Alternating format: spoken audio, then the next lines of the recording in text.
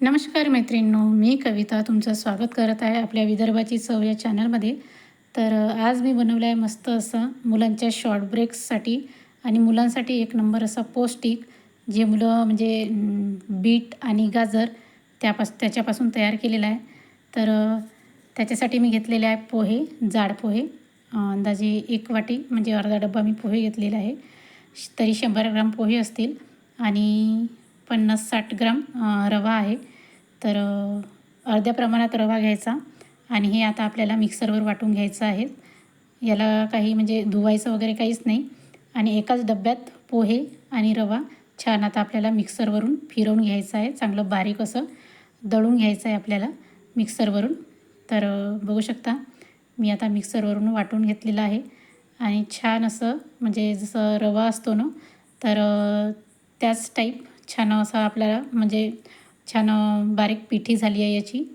आणि आता हे आपल्याला एका ताटामध्ये काढून घ्यायचं आहे. बघू शकता आता मी हे एका ताटामध्ये काढून घेतलेलं आहे. ते आता आपल्याला साईडला ठेवून द्यायचं आहे. आता आपण पौष्टिक असा नाश्ता करणाऱ्या मुलांसाठी त्यासाठी मी गाजर घेतलेले आहे 2 छान मोठे. त्याला किसून चांगले बारीक बारीक कापून घेतलेले आहे. आणि त्याच्यानंतर मी बीट घेतलेलं आहे 1. बघू शकता एवढं मी घेतलेलं आहे. आणि आता आपल्याला त्याच्यामध्ये गोडलिंबाची पानं घालायची आहे 4-5, एक अद्रकचा तुकडा आणि 2 हिरव्या मिरच्या चवीनुसार. आणि आता हे आपल्याला छान मिक्सरवरून फिरवून घ्यायचं आहे. जास्त पातळ अशी पेस्ट नाही करायची आहे. थोडंसं पाणी टाकून किंचितसं असं बारीक होईपर्यंत आपल्याला ते फिरवून घ्यायचं आहे. बघू शकता छान पेस्ट झालेली आहे. एक नंबर असे पौष्टिक असे आपल्याला रेसिपी करायची आहे मुलांच्या छोट्या ब्रेकसाठी. आता मी जो आपण रवा आणि जाड पोह्याचं जे पीठ केलं होतं आपण, त्याच्यामध्ये ते बीटचं हे टाकायचं आहे सारण. त्याच्यानंतर 1 वाटी छोटी वाटी दही घालून घ्यायचं आहे. तिखट घालायचं आहे 1 चम्मच. आणि त्याच्यानंतर आता आपल्याला याच्यामध्ये चवीपुरतं मीठ घालून घ्यायचं आहे. त्यानंतर याच्यामध्ये आपल्याला धनिया पावडर घालून घ्यायचं आहे. धनिया पावडर घालून झालं की आपल्याला अर्धा चमच हळद पावडर घालून घ्यायची आहे. आणि आता आपल्याला हे सगळं सारण छान मिक्स करून घ्यायचं आहे. आपण जसं कणिक भिजवतो ना, त्याचप्रमाणे याचा गोळा तयार करून घ्यायचा आहे. हलक्या हाताने छान आपल्याला हे मिक्स करून घ्यायचं आहे हळूहळू. म्हणजे जो गाजर आणि बीटचं जो मिश्रण आहे छान एकसारखं असं मिक्स झालेलं पाहिजे. बघू शकता आता हे मी सारण तयार करून घेतलेलं आणि छान कणकीचा जसा गोळा असतो ना, तसा गोळा तयार करून घेतलेला आहे छान सॉफ्ट असा. बघू शकता आता आपल्याला एका हातावर थोडंसं तेल लावून घ्यायचं आहे आणि याचे छान आपल्याला म्हणजे गोळे एवढाले छान गोळे करून घ्यायचे आहे, लाडू एवढाले.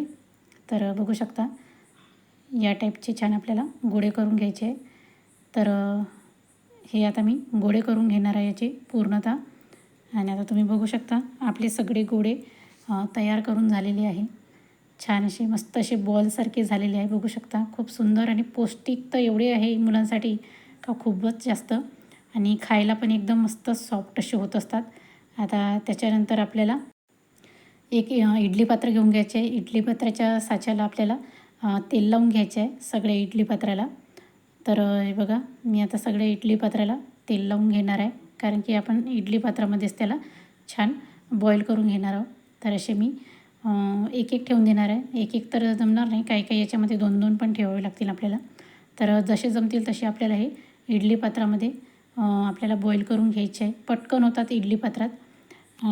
आपल्याला हे बघू शकता मी इडली पात्रामध्ये पाणी ठेवून दिलं आहे आणि एक एक असं करून आपल्याला सगळे पात्र इडली पात्रामध्ये ठेवून द्यायचे आहे. आणि अंदाजे एखादी म्हणजे 5 मिनटं किंवा 10 मिनटात आपल्याला एक उकड काढून घ्यायची आहे.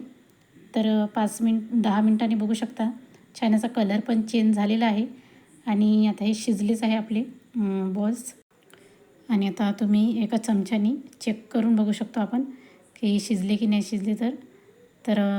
बघू शकता हे बॉल्स छान शिजलेले आहे आणि छान चिकटून बसलेले आहे चम्मचला. आणि किती सुंदर म्हणजे एकदम गुलाबजामुनसारखेच बॉल झालेले आहे हे.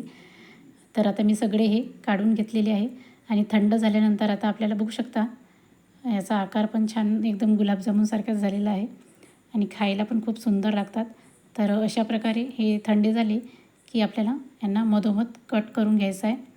मी सगळे कट करून घेतले. आता एका कढईमध्ये आपल्याला थोडंसं तेल घ्यायचं आहे 2 चम्मच. त्याच्यामध्ये जिरा घालून घ्यायचा आहे आणि थोडीशी मोहरी घालून घ्यायची आहे. तिला छान तडतडू द्यायची आहे.